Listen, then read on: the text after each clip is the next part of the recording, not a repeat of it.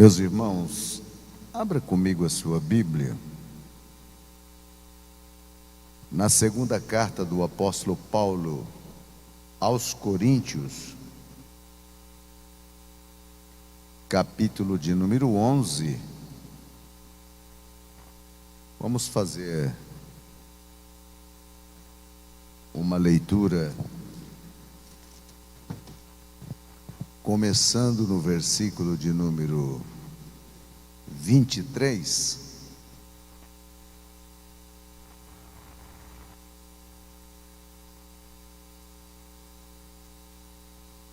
Este capítulo 11 é conhecido como a defesa de Paulo para o seu apostolado. Ele disse assim no versículo de número 23: eles são ministros de Cristo. Eu falo como um tolo. Eu sou mais em trabalho, mais abundantes em açoites, acima da medida em prisões, mais frequentes, em perigo da morte muitas vezes. Dos judeus, 5 vezes recebi 40 açoites, exceto um. 3 vezes eu fui açoitado com varas. Uma vez eu fui apedrejado. 3 vezes sofri naufrágio. Uma noite e um dia passei nas profundezas. Em viagens, muitas vezes em perigo de águas, em perigos de ladrões, em perigo dos da minha própria nação, em perigo dos pagãos, em perigo na cidade, em perigos no deserto, em perigo no mar, em perigo entre os falsos irmãos, em exaustão e dor, em vigílias, muitas vezes, em fome e sede, em jejum, muitas vezes, no frio e na nudez. Além das coisas exteriores a que vêm sobre mim, diariamente, o cuidado de todas as igrejas. Quem é fraco e eu não sou fraco? Quem está ofendido e eu não me inflamo? Se for necessário gloriar-me, gloriar-me-ei nas coisas que dizem respeito à minha fraqueza. O Deus e Pai de nosso Senhor Jesus Cristo, que é bendito para sempre, sabe que eu não minto. Em Damasco, o governador, sob o rei Aretas, guardou a cidade dos damascenos com uma guarnição, despojosos de que me prendessem, ou melhor, desejosos de que me prendesses. E por uma janela, dentro de um cesto, fui descido em um muro e escapei das suas mãos. Podeis sentar, meus irmãos. Agradecemos a Deus nesta noite pelo grande privilégio que é estar nesta reunião de obreiro. Irmãos, não existe algo tão maravilhoso como aprender a palavra de Deus. Hoje nós vamos falar sobre disposição para servir. Nesse nosso tempo, irmãos, tem acontecido uma enxurrada de separação de obreiros. Quando eu falo enxurrada, eu estou falando no âmbito geral. É muito bom você ver várias pessoas sendo separadas ao ministério. Significa que uma nova geração está se formando para substituir a geração que está passando.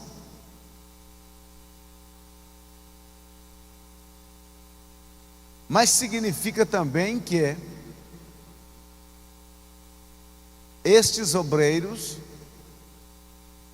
são verdadeiramente chamados para o serviço do ministério.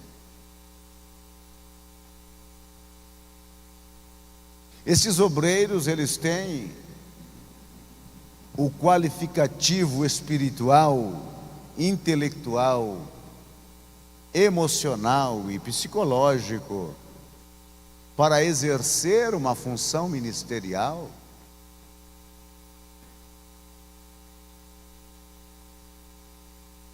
Com esta grande quantidade de obreiros que estão sendo separados, e eu não estou aqui colocando em tela de juízo quem está separando, nota-se que se faz necessário entender com clareza o que é o ministério, o que é servir no ministério.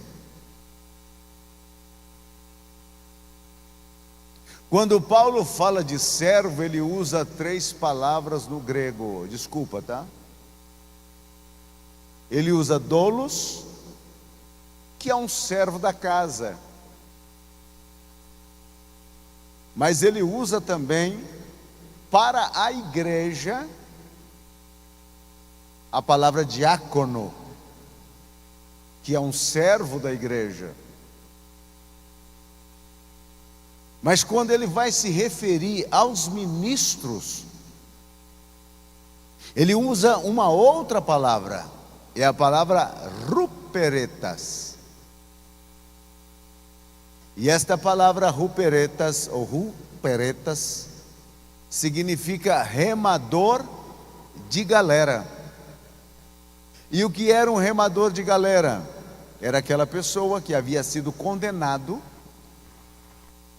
uma condenação de por vida, e ele era colocado no porão do navio para remar aquele navio.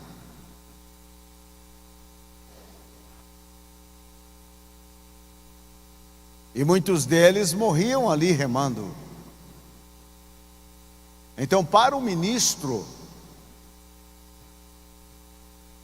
Paulo utiliza esta palavra tão difícil,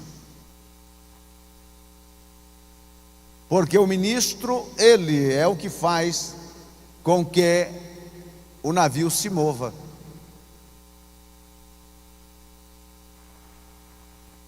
Agora, irmãos, quando Paulo fala sobre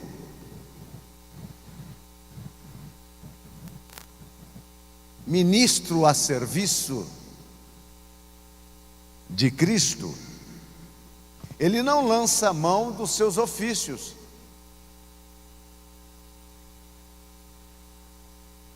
Ele não está preocupado em se apresentar como pregador, muito menos como ensinador, nem como administrador. Ele se apresenta como um servo. Na abertura de suas cartas, ele escreve: Paulo, servo de Jesus Cristo. Quando ele estava em prisão, ele colocava: Paulo, o prisioneiro de Cristo.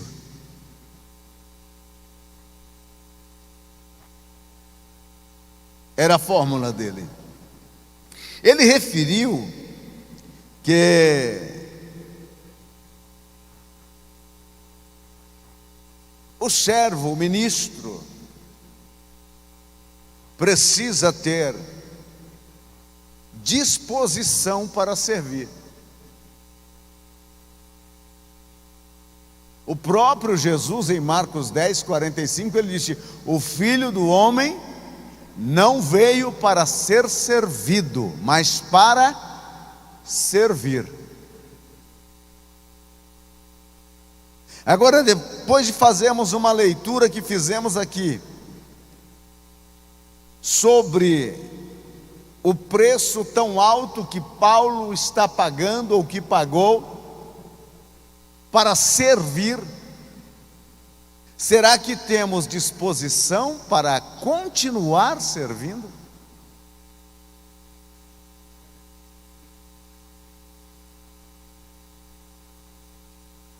Esta carta é uma das cartas pessoais de Paulo para a igreja.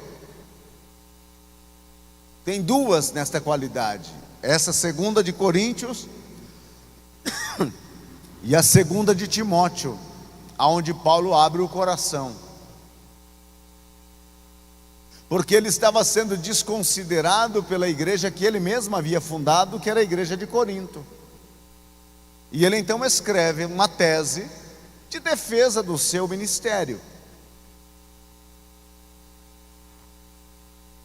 E notou que ele não está preocupado de fazer uma exaltação pessoal.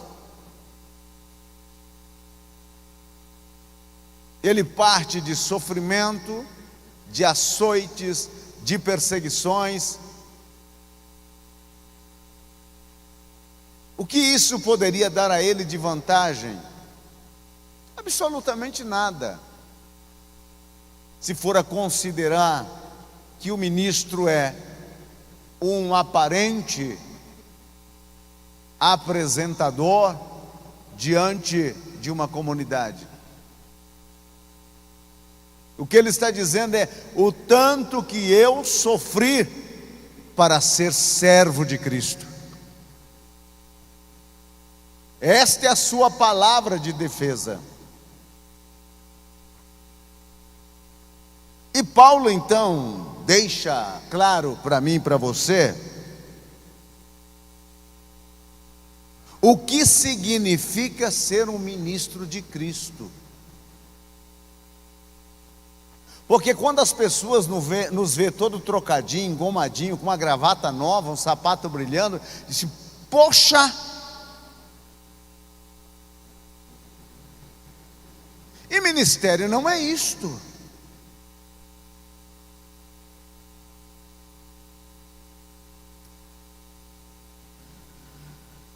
Mas o que significa ser ministro? Em primeiro lugar, ser ministro significa servir a Cristo, apesar da oposição. E não se esqueça, ela virá. Paulo tinha opositores. E ele fala aqui sobre os falsos irmãos. A oposição que Paulo recebeu, açoites, perigos, tropeços, não foram todos no mesmo dia, mas era difícil passar uma semana sem ela. Se você quer ser um ministro de Cristo para servir a Cristo, pode esperar por opositores. Eles virão. E eu vou te dizer uma coisa a você, eu quero que você guarde no fundo do baú do seu coração. Você e eu, como ministro de Cristo, precisamos de opositores. Aí você diz: ai, pastor. O opositor, irmão, é uma bênção na nossa vida.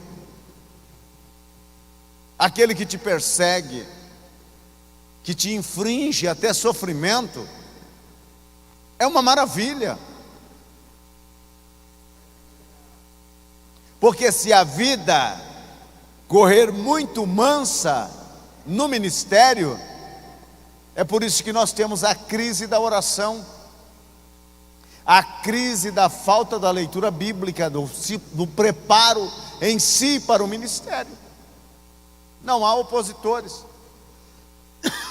E os opositores, eles sabem realmente como atacar. Paulo fala açoites, perigos, tropeços. Não foram todos no mesmo dia, mas foi ao largo do seu ministério. Quando ele é chamado ao ministério através de Ananias, Jesus disse: e eu lhe mostrarei o quanto deve padecer por causa do meu nome.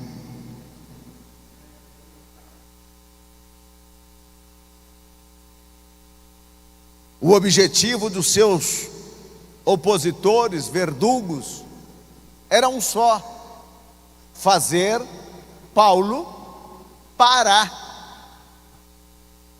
Esse era o objetivo deles. O perseguidor, o opositor, ele quer fazer você parar. Se ele conseguir fazer você parar, ele venceu. Agora, o que Paulo fez com estes opositores, ou com esta oposição, ou com estes perseguidores? Ele utilizou estes homens como combustível. Paulo, sabedor que tinha opositores, perseguidores, ele colocou na sua mente: eu tenho que estar um passo à frente.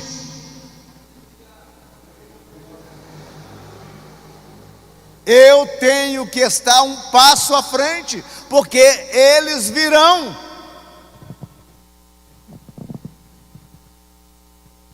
E então, todas as vezes que Paulo enfrentava os açoites, os perigos, os sofrimentos e os tropeços, não havia um sorriso nos lábios, mas ele já estava preparado para aquilo. Os seus opositores não conseguiam pegá-lo de surpresa, porque ele estava sempre um passo à frente. Seu serviço,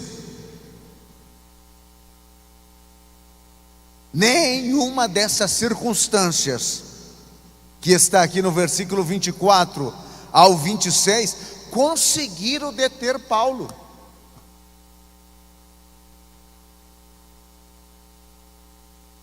E se você fizer a leitura, que você pode fazer depois na sua casa, você vai ver que os opositores, eles eram criativos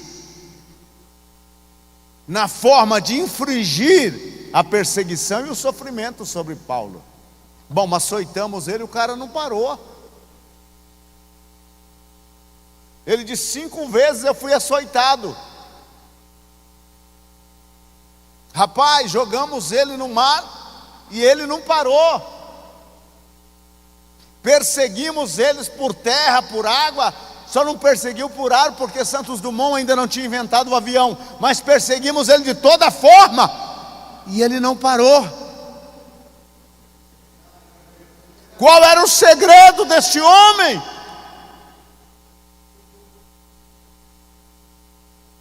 Aquilo era combustível. Depois de um apedrejamento, ele ainda entra na cidade e prega. Depois de uma surra com as costas em brasas com Silas, ele ainda canta lá dentro da penitenciária. Qual é o segredo deste homem?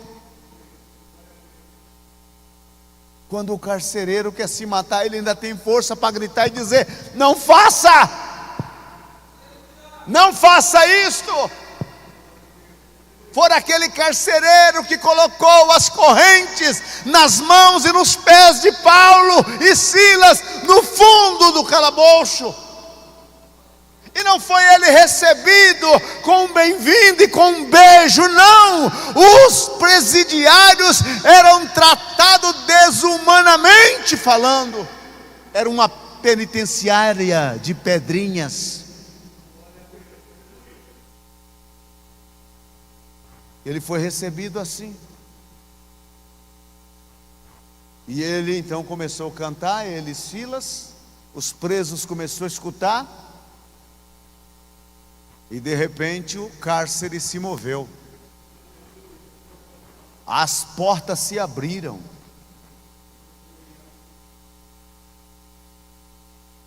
Sabe, ministro de Deus, Quando Deus envia o seu anjo para te socorrer, não é na hora que você está tomando as varadas nas costas, não é na hora que você está sendo fustigado por uma ponta aguda.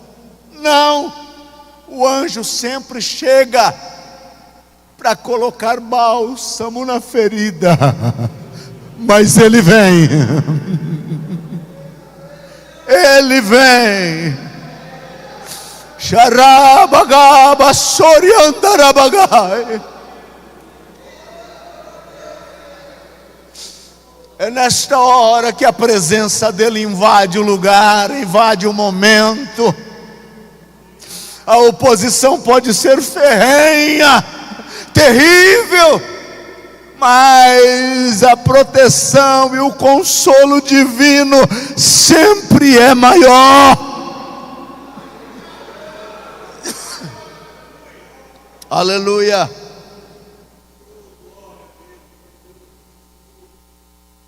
Não conseguiram parar ele. Batia nele aqui, ele ia para outra cidade e estava lá pregando.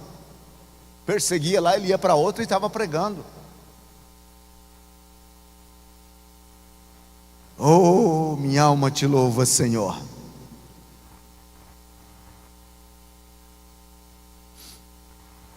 Aleluia.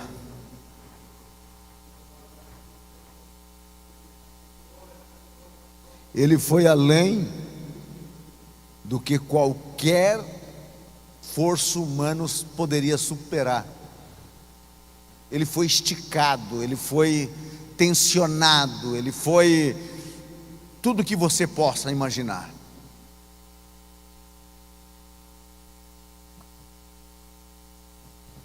Quando ele tirava o manto, podia ver as cicatrizes, as marcas, a costa empolada, cheia de marcas.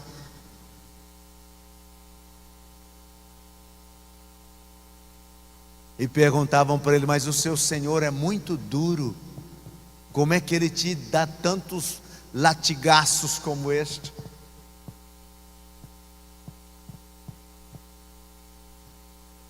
Ele dizia: não foi o meu Senhor,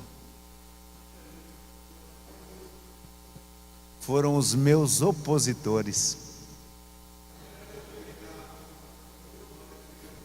Jesus não açoita, Jesus abraça. Ele está na cadeia lá em Jerusalém, e de Jerusalém ele é levado para Cesareia, e lá naquela cadeia, abandonada sem luz, o Senhor se colocou ao lado dele e disse: coragem, Paulo, porque assim como você testemunhou de mim em Jerusalém, convém também que você testemunhe em Roma. Nós como ministro, irmãos, daria a vida para ter Jesus aí do lado dizendo: coragem, Aparecido, coragem, eu estou aqui contigo. Lá em Corinto, o Senhor também apareceu e disse: Paulo, não cales, mas fale, porque eu tenho muita, mas muita gente nessa cidade. Quantas vezes o Senhor falou assim com você? Quantas vezes o Senhor chegou ao seu lado e se postou e colocou a mão no seu ombro e disse: estou aqui,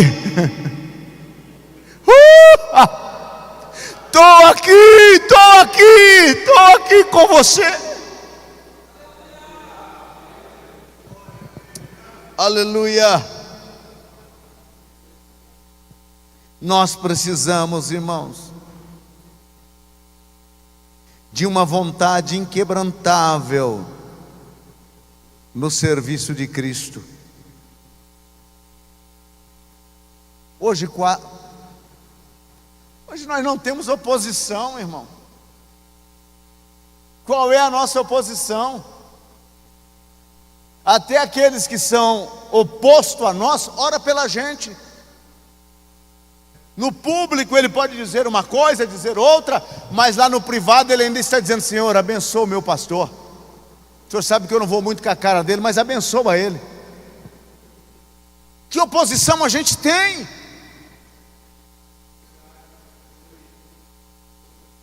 Quantos de nós fomos, ao menos, cacetado por aí com um pedaço de pau na cabeça? Ai, que perseguição, pastor, chutaram a minha caixa de som. Ai, que perseguição, pastor. A vizinha da direita, a vizinha da esquerda está incomodada com o som. Isso é perseguição?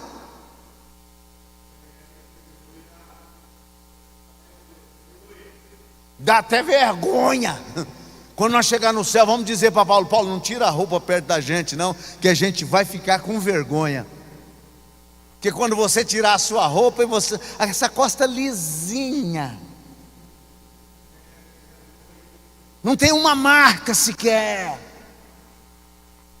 e essa mão lisinha, parece mão de moça. Olhou,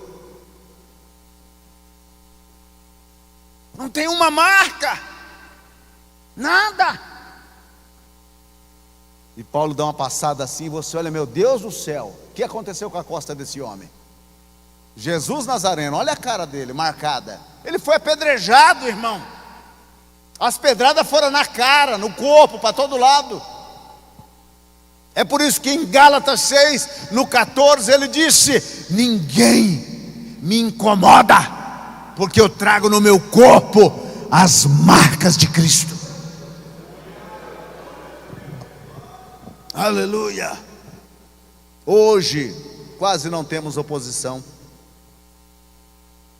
mas ela pode vir. Ela pode vir. Nunca se cogitou abertamente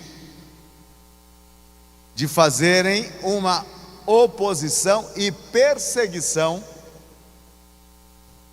para os evangélicos no nosso país, como estão programando aí afora.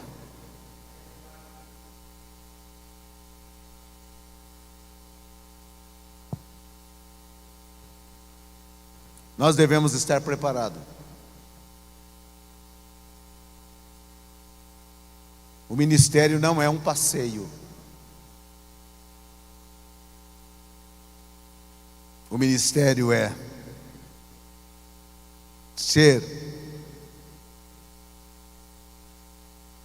servo de Cristo e enfrentar as oposições. Não é afrontar, é enfrentar. Não desistir. Segundo lugar, ser ministro de Cristo significa servir a Cristo em detrimento do cuidado pessoal.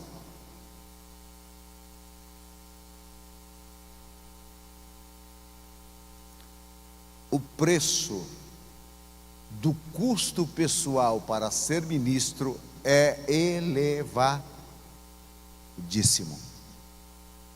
É por isso que Paulo disse: não tenho a minha vida como preciosa, convém que eu cumpra em meu ser a vontade de Cristo. Com Cristo estou crucificado, já não vivo eu, mas Cristo vive em mim.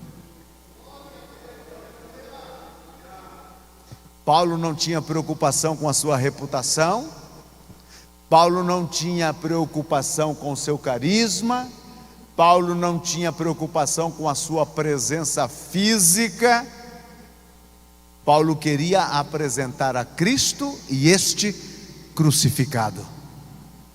Ele queria que as pessoas olhassem para ele e vissem Cristo nele. Ele queria que as suas atitudes fossem atitudes daquele que fora crucificado. Agora, Paulo, o preço do custo pessoal. Olha o versículo 27 e o 28 do capítulo de número 11. Ele disse assim: em exaustação e dor, em vigílias muitas vezes, em fome, em sede, em jejum muitas vezes, no frio, na nudez, além das coisas exteriores, o que vem sobre mim diariamente, o cuidado de todas as igrejas. Paulo, ele está falando sobre trabalho, ele está falando sobre fadiga, ele está falando sobre desvelo, ele está falando sobre fome, sobre sede, sobre frio, sobre nudez, sobre preocupações pelas igrejas. O versículo 29, olha o que ele disse: quem é fraco, que eu não sou fraco? Quem está ofendido, e eu não me inflamo? Paulo disse: servir a Cristo tem um custo pessoal muito alto, e o custo é trabalho, é fadiga, é sofrimento. Ele fala sobre isso, dizendo a você e a mim: quer ser ministro? Prepare-se para trabalhar.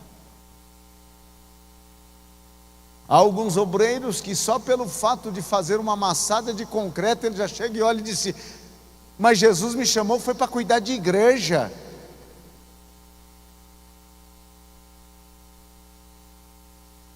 Só por carregar meia dúzia de tijolo, ele já está gritando: mas Jesus me chamou, foi para cuidar de igreja.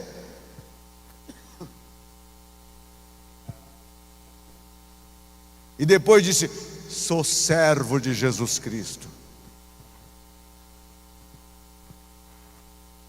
Paulo, ele estava disposto a trabalhar. Em várias ocasiões, esta experiência estiveram presente na vida de Paulo. Para comer, Paulo precisou trabalhar com as suas próprias mãos, e ele não quis receber salário da igreja de Corinto. Ele não quis. Ele disse: ninguém tira de mim essa glória.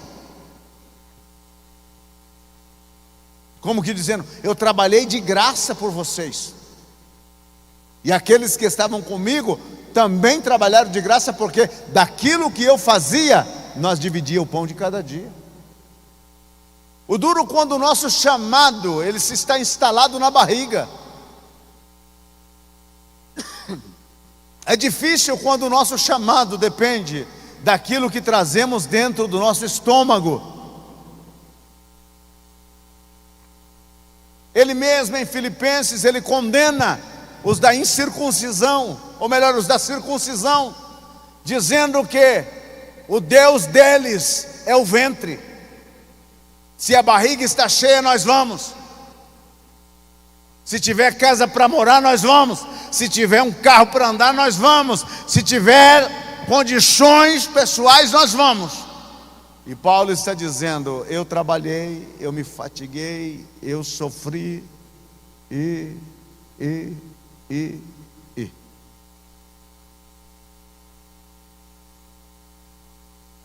E muitos de nós, muitas vezes, nem recebendo a gente funciona. Nem recebendo a gente faz. Se você tivesse uma empresa e contratasse um funcionário para trabalhar naquela empresa, e ele chegasse no serviço às 9 da manhã,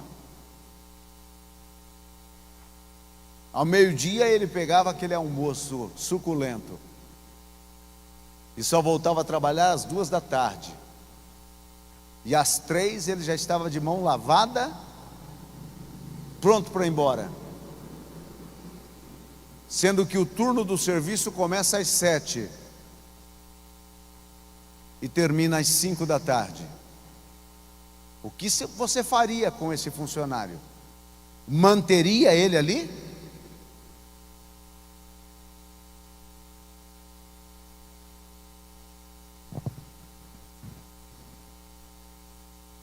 E nós, que recebemos? Dinheiro de Deus. O que é que estamos fazendo?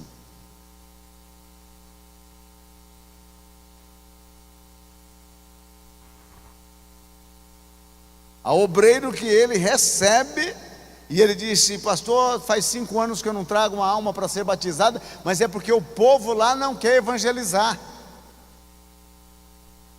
Se o povo não quer, se eu não estou fazendo por querer, eu tenho que fazer por obrigação, porque eu estou recebendo para fazer. Que Deus nos ajude.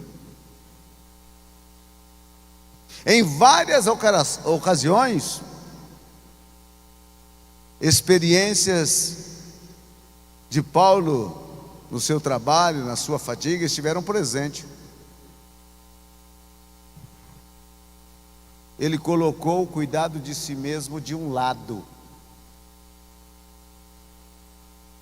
E ele disse: eu cumpro no meu corpo o que resta do padecimento de Cristo, para que eu possa conhecê-lo no poder da sua ressurreição.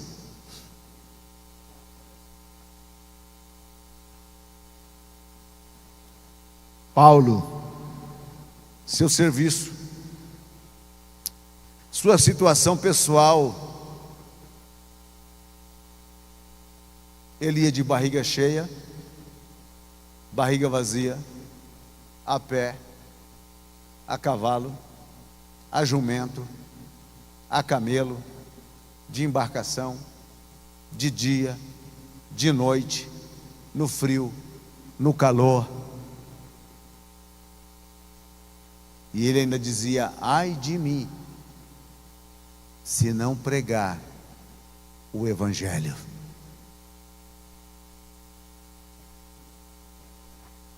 Se faço de má vontade, é-me imposta a obrigação, mas se de boa vontade, terei galardão. Ei, Paulo! A sua situação pessoal não o detinha, não fazia com que ele parasse. Ele continuava, continuava, continuava, continuava. Por mais Paulos. Paulo foi além do seu cuidado pessoal. O final dele, de Paulo, na masmorra de Roma, da cadeia, não na sua prisão primária, quando ele chega a Roma, mas já depois de 2 anos ele é solto, e depois ele é capturado e preso novamente, e ele é colocado lá na masmorra. Ele escreve na segunda carta a Timóteo, ele disse: na minha defesa, ninguém esteve comigo. Até diante do tribunal tinha opositores contra ele. Trouxeram ele acorrentado, apresentaram ele, colocaram os encargos contra ele. Lá está Paulo, pobre, prisioneiro, no fundo de uma prisão. Muito diferente deste evangelho abraçado dos dias de hoje.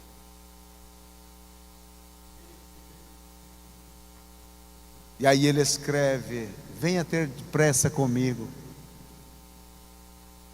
Quando você vier, traga a minha capa, porque ele já está velho, e o velho sente frio, e lá dentro da penitenciária a única coisa que fazia era frio, e ele não tinha como se agasalhar.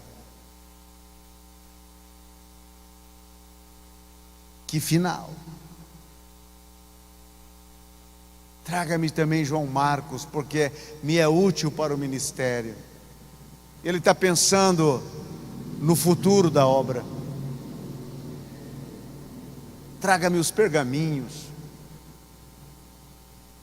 Ele ainda queria alimentar o seu intelecto, que tinha esse homem. O que podia fazer contra este homem? Se eu e você decidimos servir a Deus de verdade, ninguém nos deterá. Spurgeon disse: o mundo ainda está para ver o que Deus pode fazer com um homem completamente consagrado a Ele. Ninguém pode detê-lo. Ninguém. Cuidado pessoal, ele colocou de um lado. E por último, ser ministro de Cristo significa servir com o risco de perder a própria vida.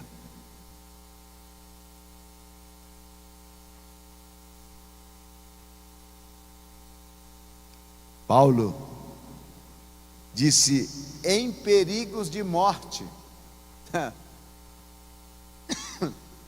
Lembra de um pessoal que fizeram uma conjuração, um agrupamento de homens, uns 40 homens, que não ia comer e nem beber enquanto não matasse Paulo? E o filho de uma sobrinha de Paulo escutou o assunto e levou para o comandante. Paulo estava jurado de morte, e o juramento era sobre anátema: se a gente não fizer, a gente será malditos diante do Senhor. Imagine. Lutaram para matar, mas ele era duro de matar.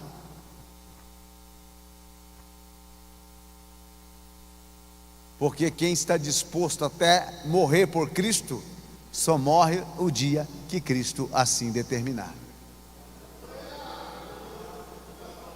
No mais, onde estão os perseguidores de Paulo? Onde estão aqueles que o desejaram matar? Onde estão os seus nomes gravados na história? Que legado eles deixaram? O tempo os levou. Mas aonde está Paulo? Hoje, nesse exato momento. Ele partiu com o seu Senhor. Quando aquele carrasco desceu aquela espada sobre o seu pescoço, as suas palavras estavam gravadas na eternidade: combati o bom combate, acabei a carreira, mas guardei a fé. E aonde está ele hoje? A sua vida, a sua obra, o seu desvelo, o seu carinho, a sua dedicação, a sua diligência está nesta noite aqui nos inspirando e dizendo a nós: vale a pena servir. Avance, avance, fileiras do Senhor. Aleluia.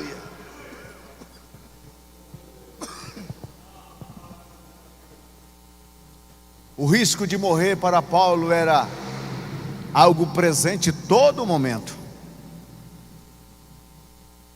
Ele foi além do raciocínio lógico, humanamente falando.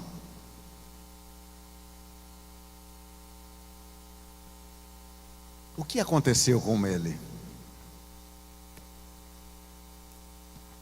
Eu creio que o que aconteceu com Paulo só tem um exemplo. É o mesmo que aconteceu com Jeremias. Jeremias disse: é fogo nos meus ossos. Estou cansado de sofrer, mas não posso deixar de falar dele.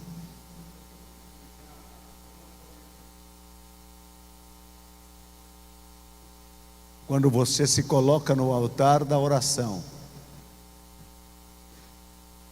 há um fogo que incendeia até mesmo os teus ossos.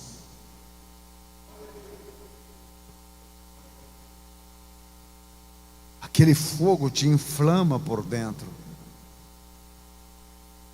Você só é feliz falando dele, amando a ele, servindo a ele. Nada mais é importante para você. As riquezas deste mundo são passageiras. Os bens materiais, Jesus disse, os ladrões minam e a ferrugem consome. Mas o tesouro do céu está preparado e reservado para aqueles que estão dispostos a servir.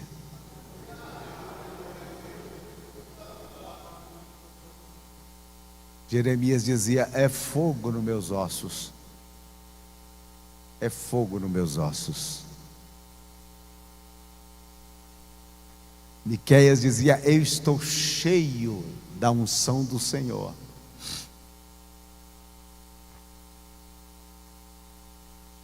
Jesus estava também fervendo por dentro. João Batista também estava. Este é o segredo desses homens. John Hus, na fogueira, antes de ser queimado, ele disse: vocês podem matar o ganso, mas daqui a um tempo Deus vai levantar um leão em que vocês não poderão matar.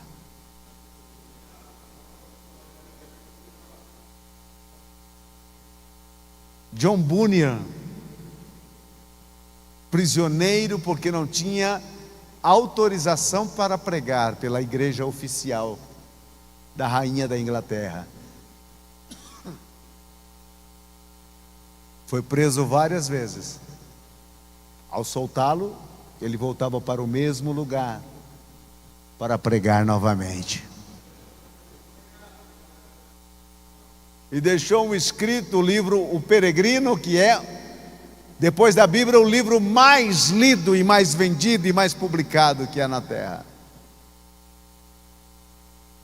Poderia estar aqui enfileirando um ao outro e dizendo aos senhores: esses homens só tinham algo dentro de si, um fogo que os consumia. Este fogo precisa cair aqui entre nós.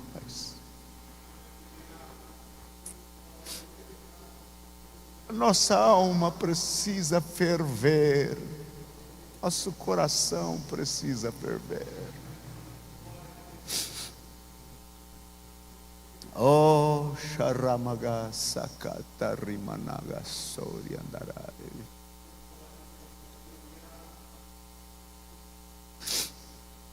Que o Senhor nos ajude. Que o Senhor nos ajude. Não separamos obreiros para enfeitar os púlpitos de nossas igrejas. Separamos o ministro que tem fogo no coração.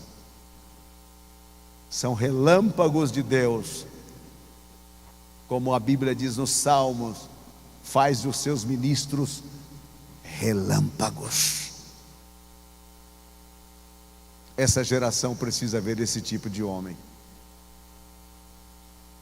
Esta geração precisa ver esse tipo de mulher. Ou acontece alguma coisa conosco, ou passaremos a nossa história contabilizando tudo menos Cristo. Tudo menos Cristo.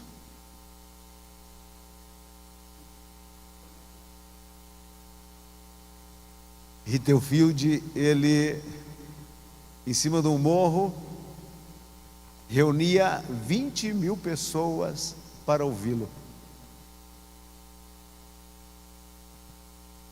E os cultos eram 3, 4 horas. As pessoas começavam a chegar de madrugada. Hoje nós precisamos esperar os crentes chegar para começar o culto. E muitas vezes precisa esperar chegar o obreiro da congregação para começar o culto. Que diferença. Mas um avivamento vem.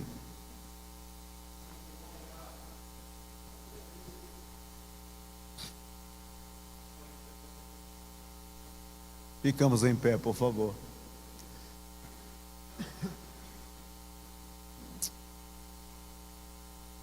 Curve a sua cabeça, feche os teus olhos. Espírito do Senhor, estamos aqui diante de Ti.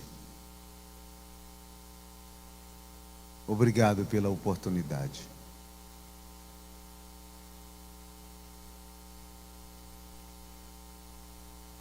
Obrigado pela oportunidade. Me ajude a utilizar essa oportunidade em toda a sua extensão, largura, altura e profundidade.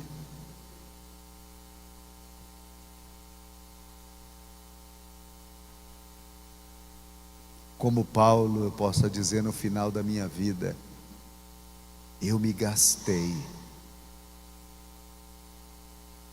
Senhor, aqui estamos. Faz de nós labaredas de fogo. Faz de nós instrumentos em Tuas mãos. Ó, vem e toma-nos e usa-nos por Cristo Jesus.